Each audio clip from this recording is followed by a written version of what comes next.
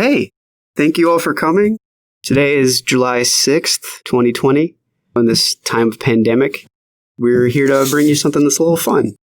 So Lance and I have decided to call this podcast They Need a Hobby, because we have so many different types of things that we talk about, whether it's like wrestling, anime, comic books, current events, martial arts. Mm-hmm. It was the hardest thing. Yeah, and there's no disservice to the other names. There was a lot of gems. None we will share here. So many gems. We won't share them because we don't want those ideas out there. We don't. You can pay us for them. Yeah. Hopefully they'll see the light of day. Because every human being can be bought, and I will surely give you that for $5. $5? Those were at least $20 ideas right there. Well, I mean, $5 per idea, and then accrue for interest for every year. I mean, but what if it really takes off one of those other names? Well, then I will go back in time and correct myself. That's what I will do. So we are also recording in a blanket right now, a blanket fort that we had to make. Shout out to my brother, Karan, for getting us some high-end mics, but I didn't know they were high-end mics until I opened the package. I thought it was just a stand, but he went and outdid himself and got me like some awesome mics. I love you for that, brother. Yeah, shout out to Curran. Thank you for that. Sorry we won't be using them this time, but definitely next time. Yeah, I need some time to play around with them. And so for now, we're taking the advice of our producer, Amitha, who produces Amitha Audio. She's dope. She's a dope person. Shout out to Amitha. She's a dope person. I went to college with her. She sang. She has a beautiful voice. She records. She got married recently. Okay, congratulations, Amitha. Yeah.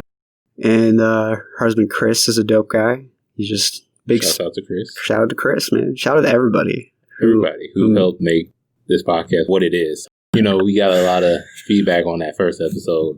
A lot of feedback.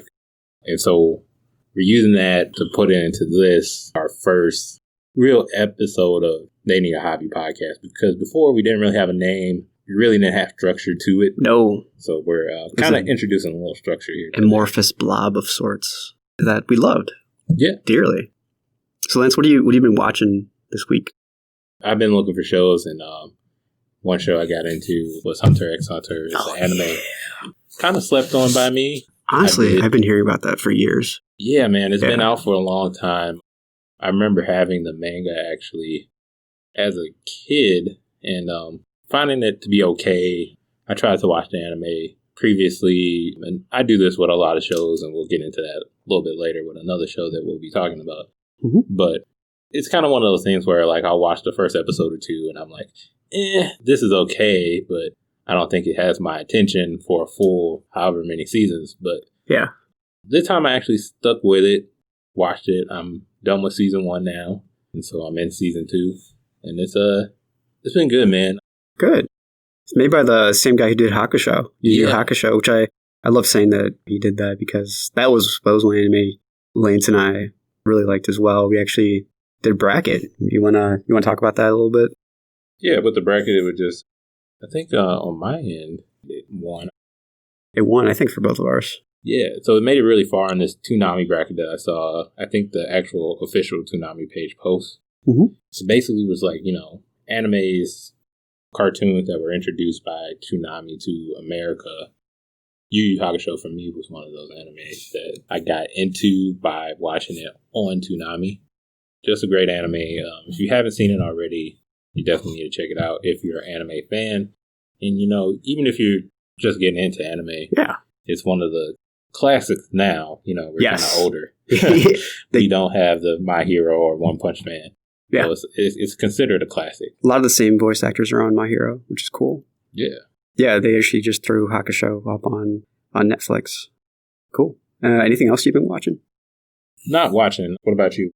Yeah, so in this time of uncertainty, in this time of whatever you want to call it, it's made me go back and watch shows that I've wanted to finish. Okay. One of them was Gurren Lagann. Great anime. Agreed. One of my best friends from college, Paul, introduced it to me, and I was like, oh, this is pretty cool. I actually showed him Hakusho, and he liked it. And he's like, well, I got to show you some of my anime. And I'm like, please do. So we saw Gurren Lagann, and that was like 2012. And it's definitely of the Toonami era, where it was the power of friendship will save us. even though it's super corny, it's very, very heartfelt. And I found myself very drawn to the characters. There's a lot of loss, especially in the second half of the show. Characters become very complex because I don't want to ruin too much. The world changes quite a bit. And so they have to find a way to adjust now that they're older. I'll just give a quick rundown. There's been this devastating war, and humans are forced to go underground. They're constantly made to go dig down. One of them, his name is Simon, and his friend Kamina, who is the one that believes in him, that believes in you. And you'll get that phrase if you watch the show. But essentially, he's a rallier. He's the favorite of the group and everything. And he's like, we're going to reach the heavens. So they do, and they find there's a whole new world literally on the top half of the earth. And there's all these monsters, and they delve into why they're there and how they were created in the first place. So that's what I'm watching. So another thing we wanted to introduce to the podcast was things that kind of caught our eye in our world of news. Seeing as anime, comics, video games are all hobbies of ours. 2 games that really stuck out to me. One would be, you're going to help me with it, Ghost of Tsushima. Yeah, and it's a really cool game. I wanted to play it. I think this is definitely the Japanese samurai game people have been clamoring for a long time.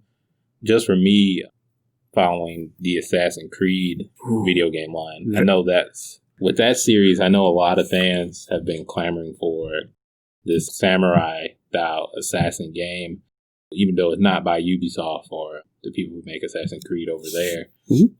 We're getting this open world samurai game that looks like you can, it just looks like you can be fully immersed in the journey of a samurai. And I know you, Kunaal, being someone who loves martial arts and weapons of those natures.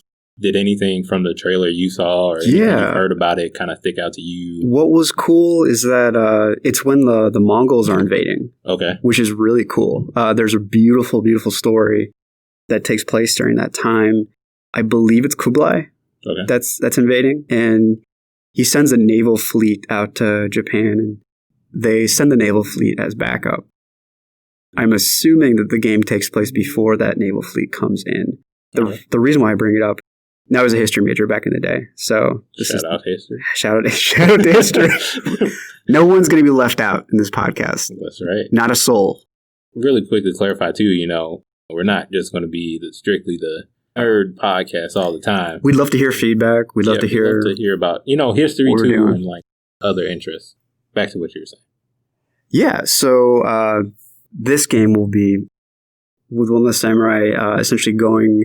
They might make him a Ronin. Okay. Potentially, because if they do that, then it's kind of like disavowing secret agents. Like anything they do then will be on them, and the government will be held accountable. Okay. Or they might be sending him quietly behind enemy lines. So this is kind of like, say someone's working for government, right? Military, but then, you're kind of like going off the rails in a bit. That's what it looks like.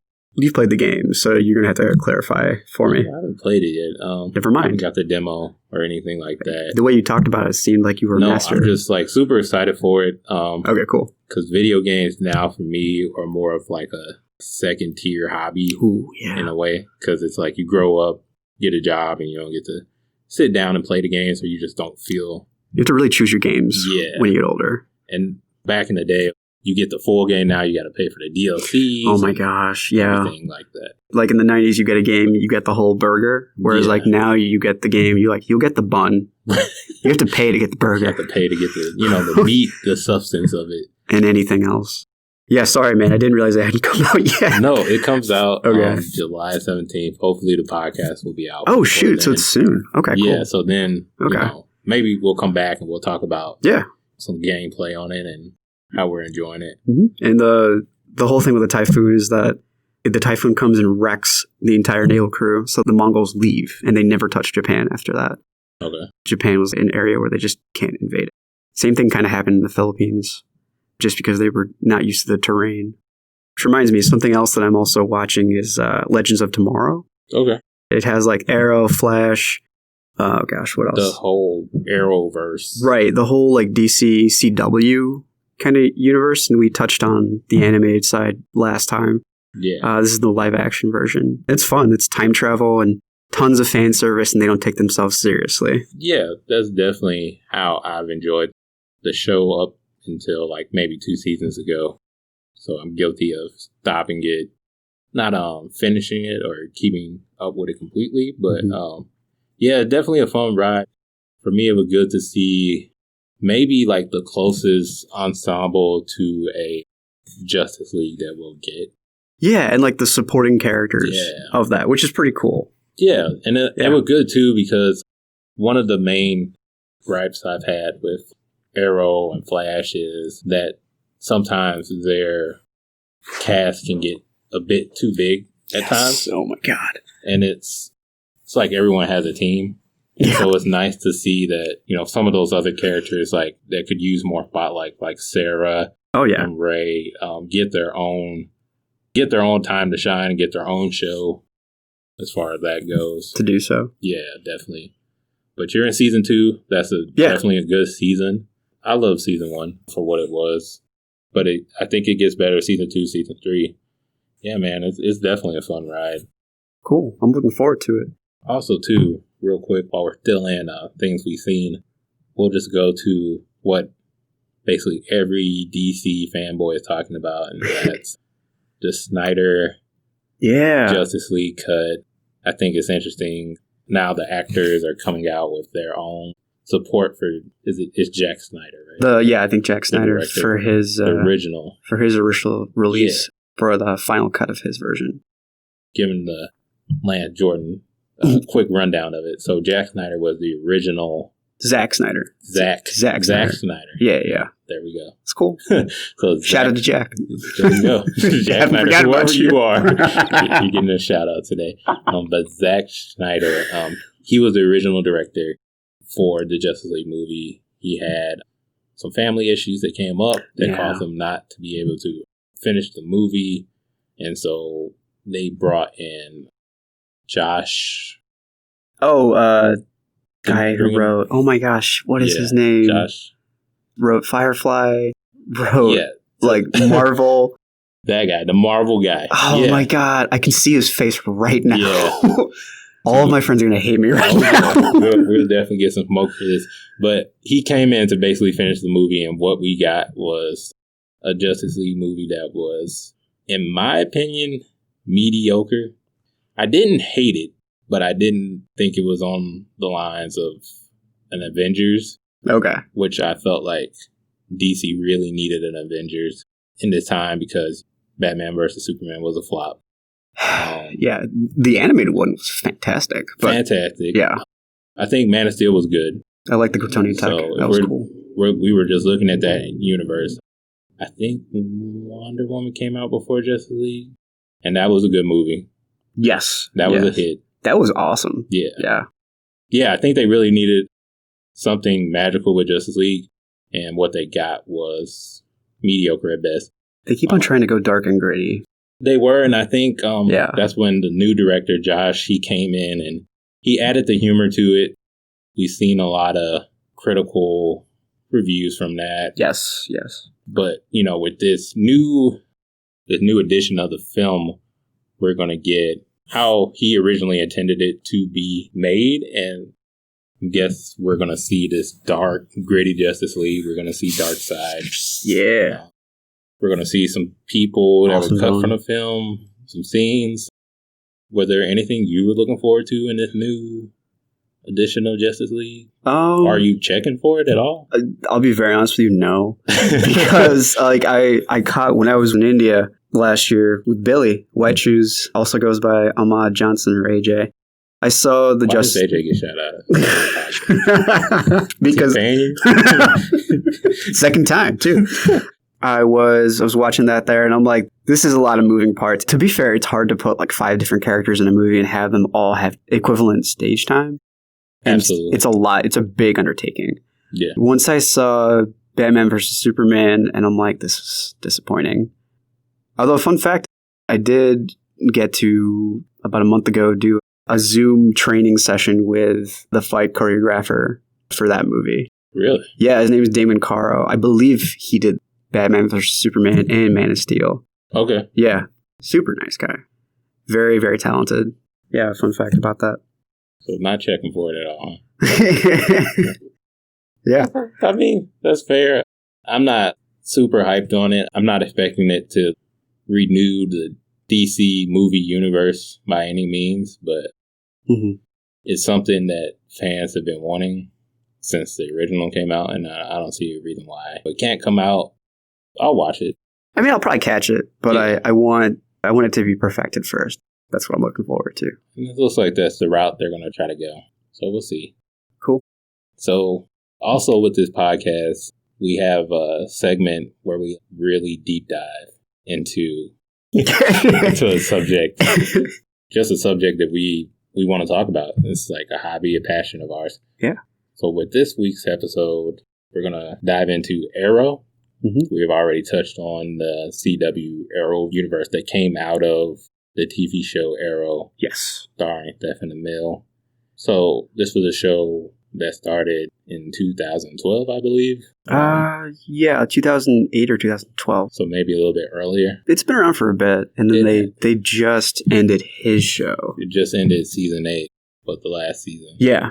So I think Arrow, just for a quick overview, is a show loosely based off the comic book hero, the Green Arrow. Oliver Queen.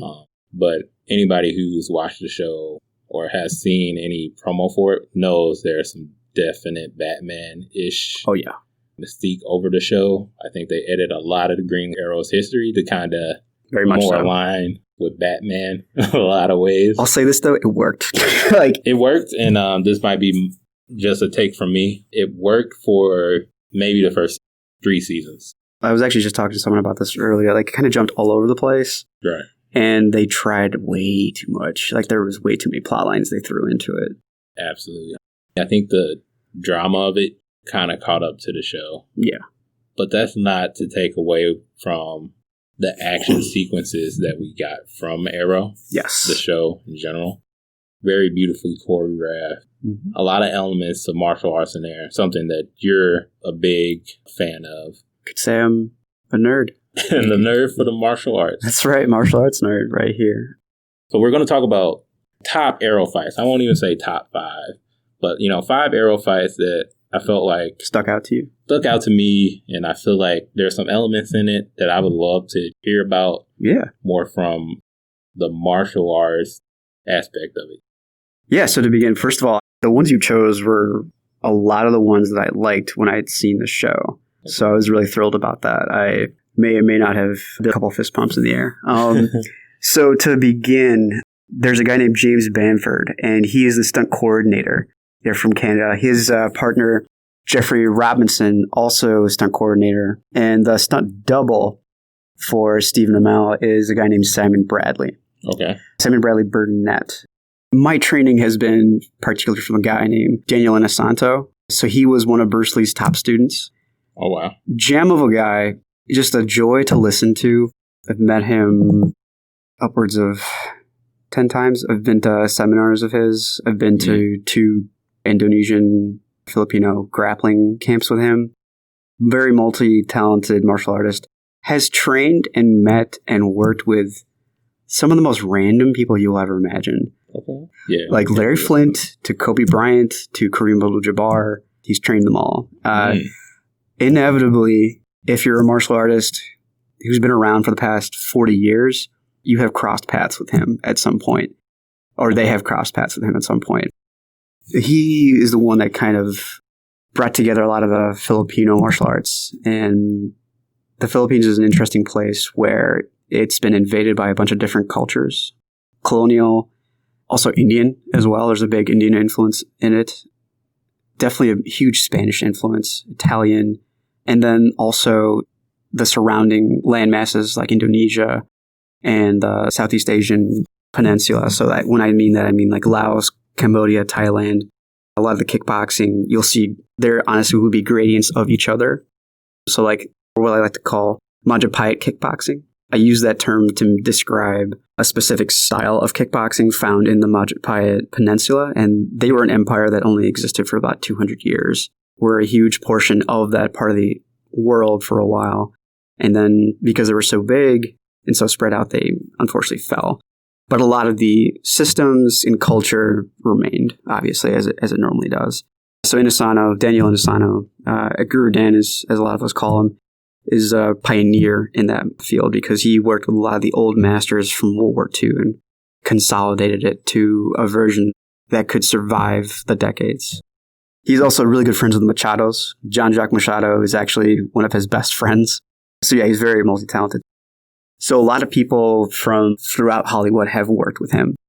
And Bamford, Bradley Burnett, the stunt double, and Robinson have all worked on The X-Files, Stargate, Watchmen. They've done a lot of those kind of movies, especially in Canada. So just wanted to give you a quick background. Well, it wasn't quick, but it was Kunal's quick background. So starting with the first one. Yeah. Season 1 culminates to the Arrow versus the Dark Arrow, who Oliver finds out is Tommy's father, Malcolm Merlyn. Right. Played by John Bowerman, who I love as an actor. He is one of the most underrated actors out there, honestly. Absolutely. From Doctor Who to just being a super nice guy. That's probably when you kind of watch him in this show, it's like, oh, we're seeing a whole different side of you. Oh, yeah. Definitely a different side of his acting ability. So, in this fight, Oliver, and I think Diggle too, right? Oliver and Diggle, they're trying to stop Merlyn from destroying the Glades, which in the show is basically the troubled area, the ghetto, if you will, of Star City. Right. And so he's trying to destroy it to make the city better, to start all over. Yeah, start it over, expand new ways of living. And so to do this, he's got a bomb. He's ready to blow up the whole Glades. And Malcolm is a member of a group that we'll touch on a little later in the episodes that we have on this list. But he's a member of the League of Assassins. Yep. And they are highly trained, as old as writing. Just people you do not want to meet or cross because you will never be heard of again. His nickname in the League is the Magician, for at least the show. I don't know about the comics. I believe it is as well. I think they may have thrown him in League of Shadows, League of Assassins for the show, because I think in the comics he's just another archer. That's a problem. From a fight side, what did you see that really stuck out to you in this fight? Like things that really stuck out to me is like number one, like the archery they're using is, I've heard it being referred to as like trick archery, where it's done mainly for the camera. Now, obviously, these guys have definitely trained really well with bows and arrows. Right. But you would not have your quiver behind your shoulder. That's a very bad thing to have, because say you go into combat, you're actually opening your arm to very vital organs. There's a brachial artery right there that can stab. You can punch that region. It's really, really bad for you. A lot of the times they would actually keep it near the waist. Okay. Just because it's easier to draw. Even in a movie Blade, where he takes out his sword from the back, looks super cool. Horribly, horrible idea. Like, real fight.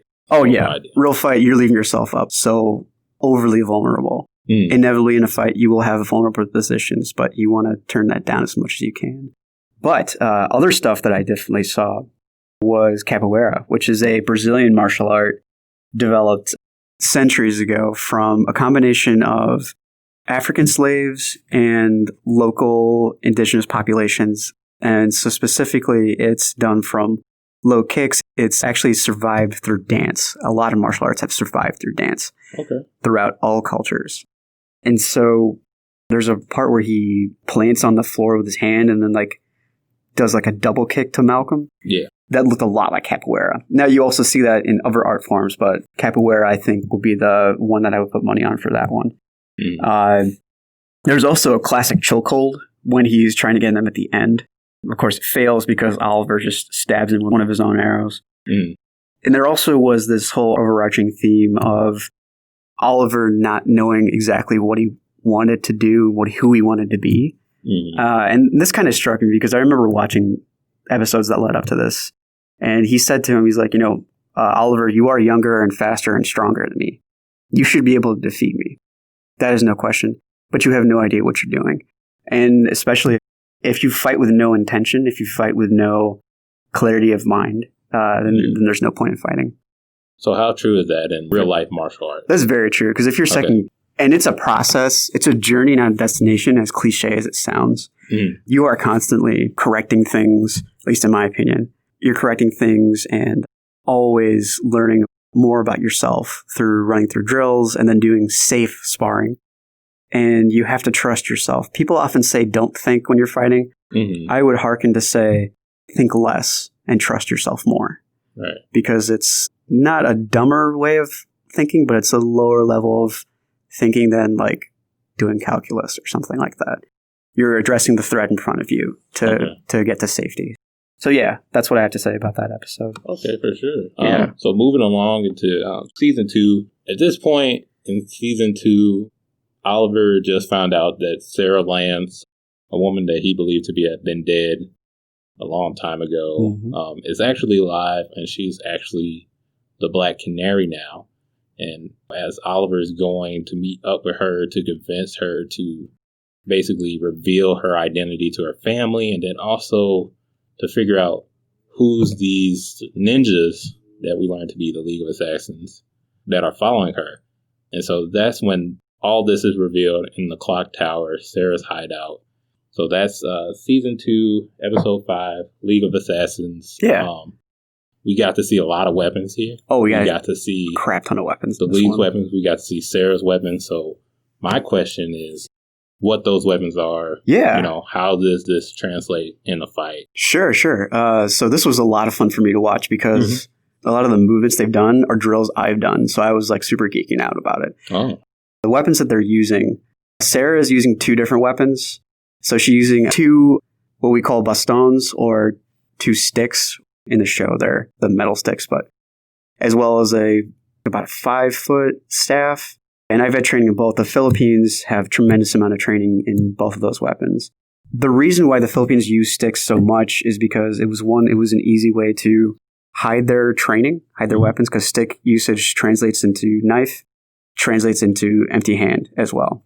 Everyone always says, a Filipino martial artist can only fight with weapons. I'm like, no, that's just the cover. Right. That's really just the cover. Like you are the true weapon, as cliche as it sounds. The strongest weapon you have is your mind and your body. Those are the 2 that I would say. She does a lot of what we call Heaven 6, which is a basic drill of 3 counts on each side. It crosses the midline, which is like your nose, basically, and you can use those as attacks. It's easier for the human brain to think in 3s or a smaller combination of numbers, because if you get thrown off, fine, then just start back to 1, go from there. The staff usage is pretty straightforward. You see that in a lot of Japanese and Chinese styles as well. So it's not just endemic to the Philippines. There's even some motions where she throws the stick around her head like an umbrella. It's called a redondo. It's one way to move and deflect someone's attack. Because you're not trying to go pound for pound all the time in combat. Often in times in boxing or even in the training that I've had, you're trying to angle off and take them out. So there's a time to go through and there's a time to angle off.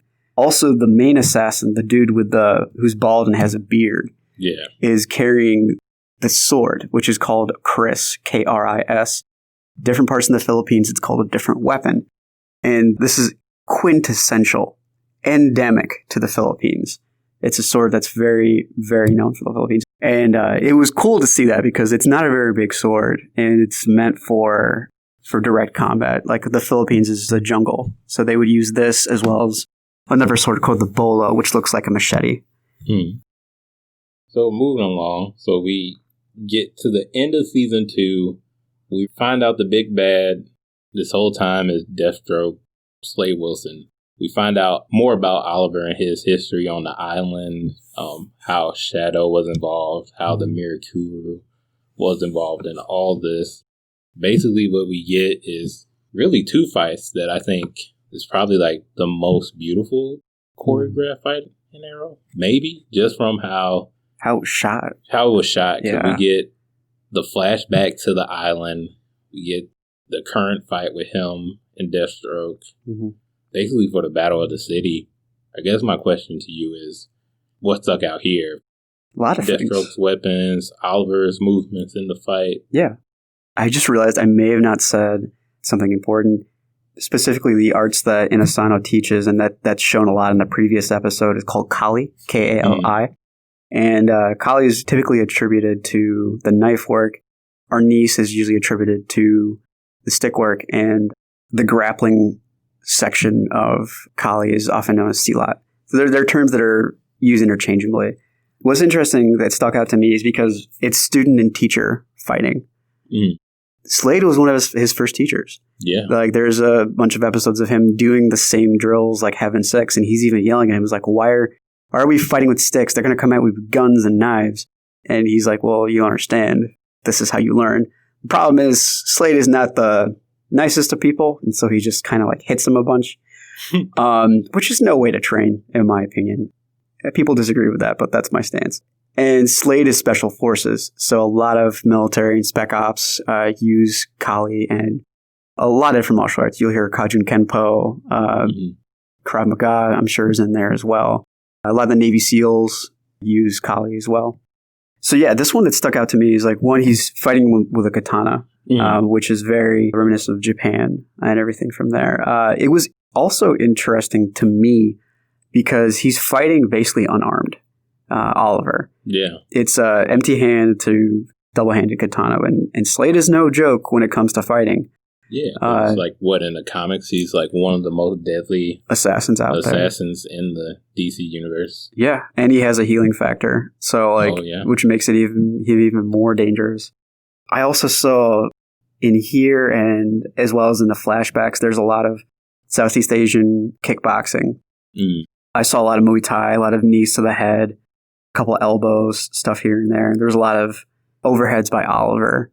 And you can tell Oliver's really taking a lot of hits just to get him entrapped at the end of the episode. So he's fighting very tactfully, which is just really sucks. Like, that's just, he took a lot of lumps just to get him into that corridor. So like the Rocky, pretty much, he rope-a-doped him in a way.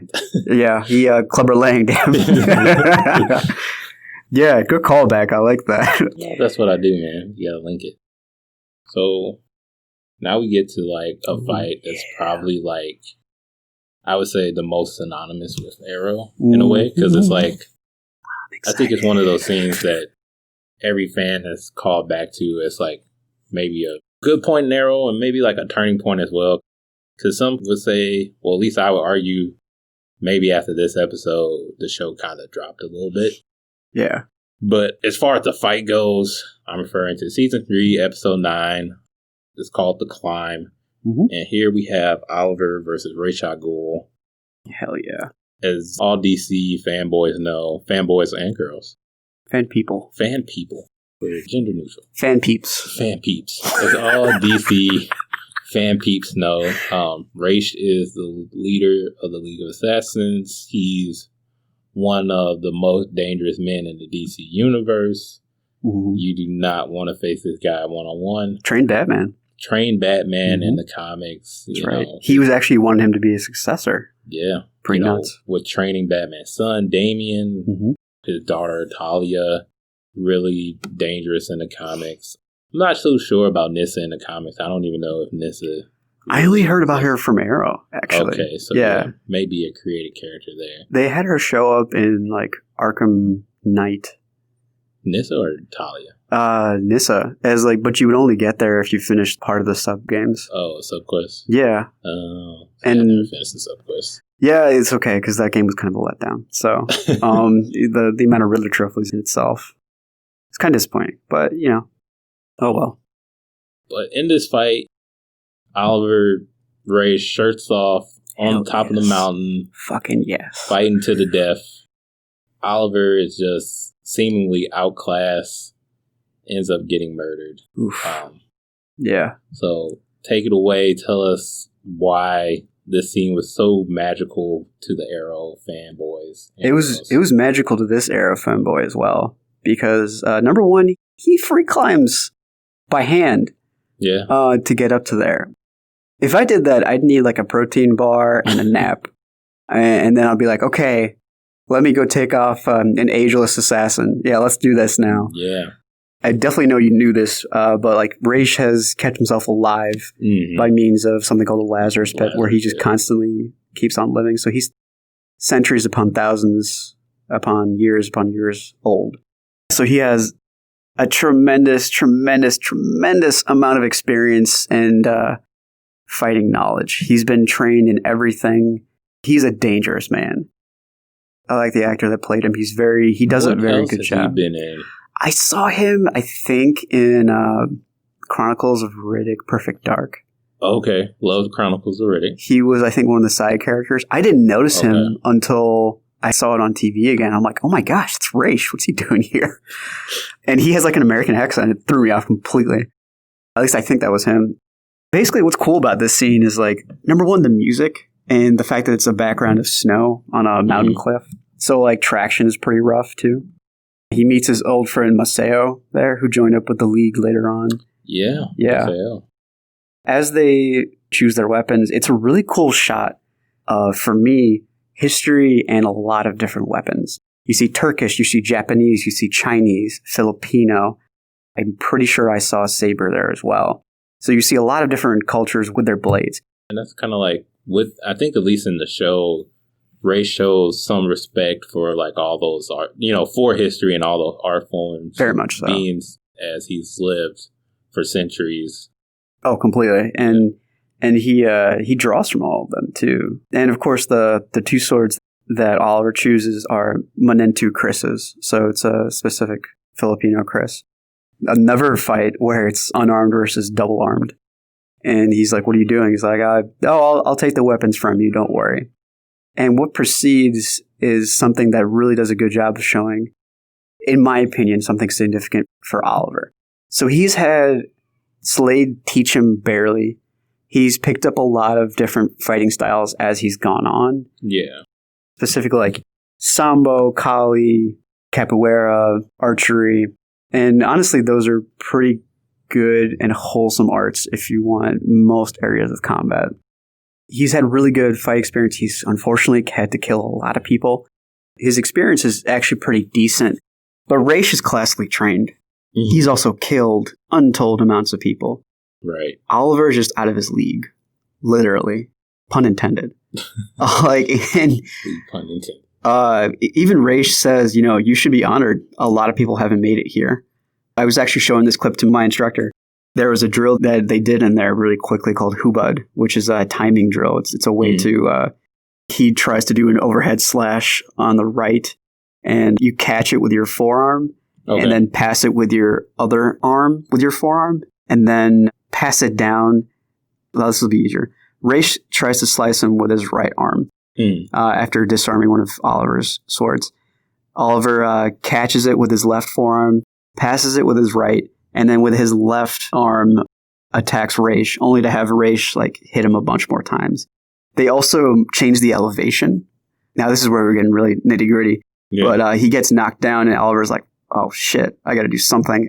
The training that I received, you fight from all levels of elevation, so high, medium, low, and then the ground too. So he's even fighting on his knees. He's fighting everywhere he can. The floor is not off limits. And also it's something commendable for both the actors and the characters. They're fighting on ice. That is not easy. How much does that affect a fight like this? A lot. There's even different styles of Wing Chun called Red Boat Wing Chun. Whenever anyone finds out that I'm a Bruce Lee guy, they're like, oh, right away they're always like Wing Chun. And I'm like, yeah, Wing Chun is part of it, but we also use Choi Lei Foot and Northern Shaolin. But I'm digressing a bunch. Traction makes a huge part of it too. Red Boat Wing Chun is something that is developed for Chinese fishermen when they're on unstable water, if they have to attack pirates or something like that.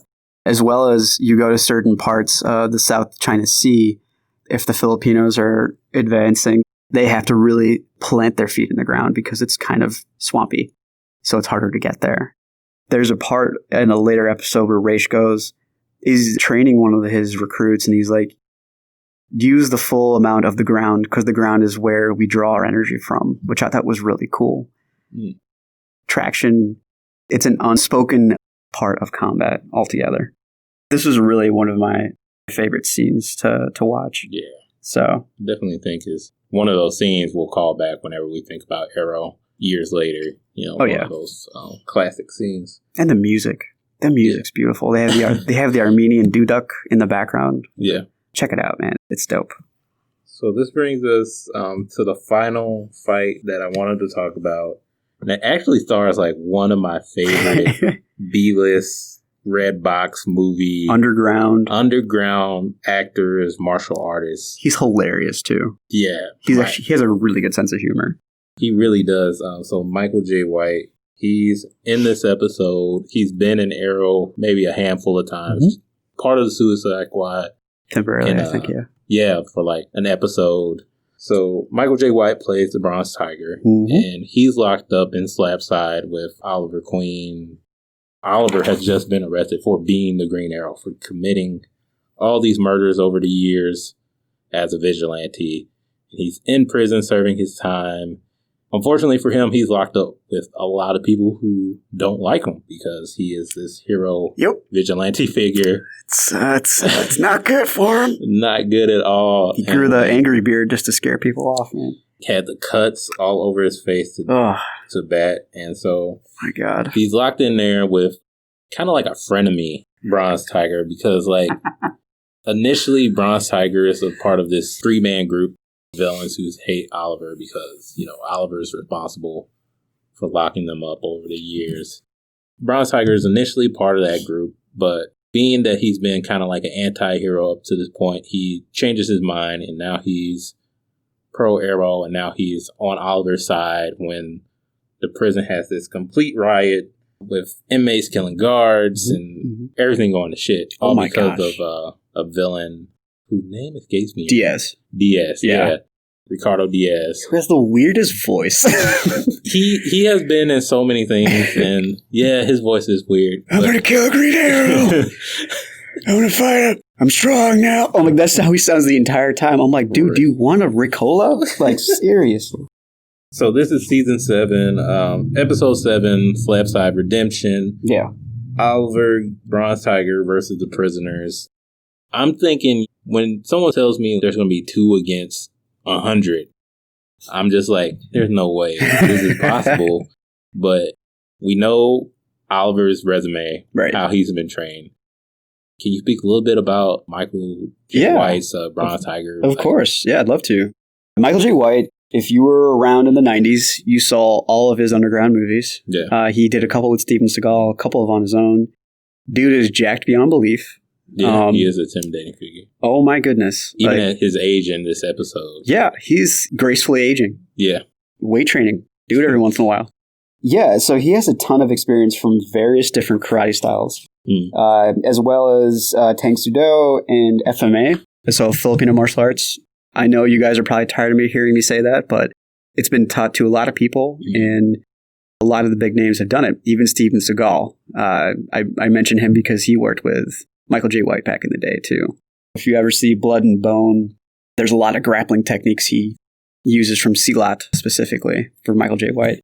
Yeah, so he has a ton of background in a lot of different martial arts. He definitely looks like he's grappled, so I would definitely throw in BJJ to that mix as well. He's a high-ranked Dan in as a black belt in Kyokushin, and as well, I don't know if it's Shotokan. Fact of the matter is there's a lot of different karate styles. A lot of them are island-specific. There's like Okinawan. And then if you go to America, you'll have like versions that you'll see at the Y, certain Chinese influences of it. So yeah, he's really well trained. As we see in the episode, he has a ton of knife training as well. Yeah. He takes a scissor and breaks it in half. He makes a makeshift knife called a garambit, which is known very, very well to Southeast Asia. It's a very deadly knife, very hard to train with. It translates to tiger claw. He was really good. Yeah, so not impossible for them to take on like 100 prisoners. Yeah. Between the two of them. I mean, they do a good job of showing both of them get a bunch of hits, and especially Oliver. Poor Oliver, man. I felt so bad for him. He got the shit kicked out of him so much in this episode. He had a happy ending at the end of He did. He gets out. He gets out. For sure. Really nice with Felicity. There's one thing I do want to say. So, like, this episode, highly laden with Kali, because a lot of it is CQC, close quarter combat. If you want to survive in the prison, learn some CQC. Kali's in there. A lot of different arts are. I'll remember the next time I go to prison. I mean, you know, I'll, okay. If you're on an aircraft, learn some CQC, learn some things that, and it's not just endemic to Filipino martial arts, Sistema. Sistema and Filipino martial arts share a lot of information. So there's a lot of back and forth. Certain Chinese trapping styles are used as well. One thing that was really cool to me in this episode, ever since Daredevil did this in the first season, people are close quarter fighting, and then also the one shots.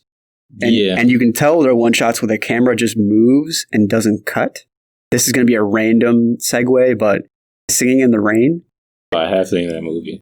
To their credit, like it's an old era of Hollywood acting where there was maybe two cuts. When the main two male leads are dancing. The cuts are so minuscule.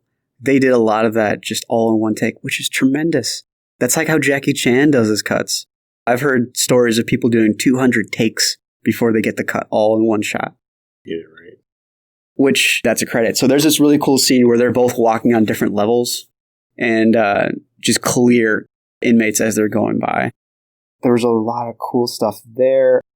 One thing I thought was really cool is that even though it's close quarter, if you have Michael J. White, and I would have done the same thing, he has to do his classic spin kicks. Yeah. So, I think he starts off with a spin kick to the inmate. Which I'm like, one, he's really good. He's really good. So he can pull it off. I wouldn't recommend that to everybody, though, because that is hard to pull off, and you can end up injuring yourself in the process. Yeah. Doing those wide kicks. I would keep them more to like teeps or what they're called push kicks. Those would be very, very, very helpful. But he's very good in what he does, and it's Michael J. White. He loves the reverse kicks, the snap kicks, all that stuff. It was fun to watch. I was like, okay, this was done just for fan service, and it's okay. Absolutely. That was totally fine. That was basically all that I saw in that area, unless you had any other stuff. I mean, honestly, man, that's my top 5. Arrow is, out now on Netflix. Yes. Definitely recommended. It will help you in a lot of ways to get into possibly the bigger Arrowverse that it now has. Yeah. Flash, Legends, Supergirl. Oh, yeah, that's right, Supergirl. They're adding even more. Black Lightning. I was going to say Black Dynamite. Black Dynamite. Oh, man. But Michael J. White was there, so it works. Absolutely. Batwoman. There's a lot of shows in the pipeline for it. But yeah, man, my top 5. Cool. If you want to bring us home. Before I forget, definitely look up some of the fights when he was working for the Bravta. And the Bravta are the Russian mob. They use a lot of Sambo. It's essentially a leg-based grappling art. They often call it Russian judo, which is not wrong, but it's not right either. It's kind of an oversimplification. There's the sport version and an actual combat version. It's a Russian-specific martial art, and it's a lot of fun to watch. There's a lot more fun fights in Arrow. Yeah, there are. These are the ones that stick out, though. Yeah, absolutely. Yeah. So I would definitely say, do your research. Look up Daniel Inosanto. Look up Filipino martial arts. I really recommend it. It's a lot of fun. I've grown a lot as a person learning it. It's not just how to kill people. It's also, believe it or not, it's not just how to kill people. You make a lot of good friends. You meet a lot of interesting.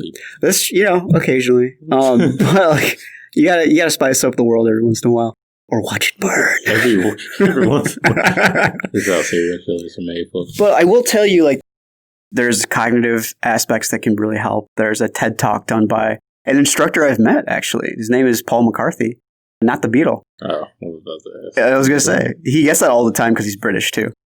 There's ways it helps your coordination, it helps your confidence, it helps timing. If you are a musician, there's a number of musicians that I've worked with as well, and they find it a lot because you get to understand the beats or rhythms and how everything goes. Martial arts isn't just about knocking people out and being violent. There's a lot of strength and conditioning, a lot of coordination that could be really used for development in general. But ultimately, I joined it for the self-defense. I'm not looking to go murk any people. I'm looking to go protect, myself, and if I absolutely have to, other people. I'm always learning. I'm the last person that starts a fight because life is too precious. It really is. So, on that note, I'd like to call from there. All right. Thank you for listening to the Thank you so much. They Need a Hobby podcast. One day we'll find one.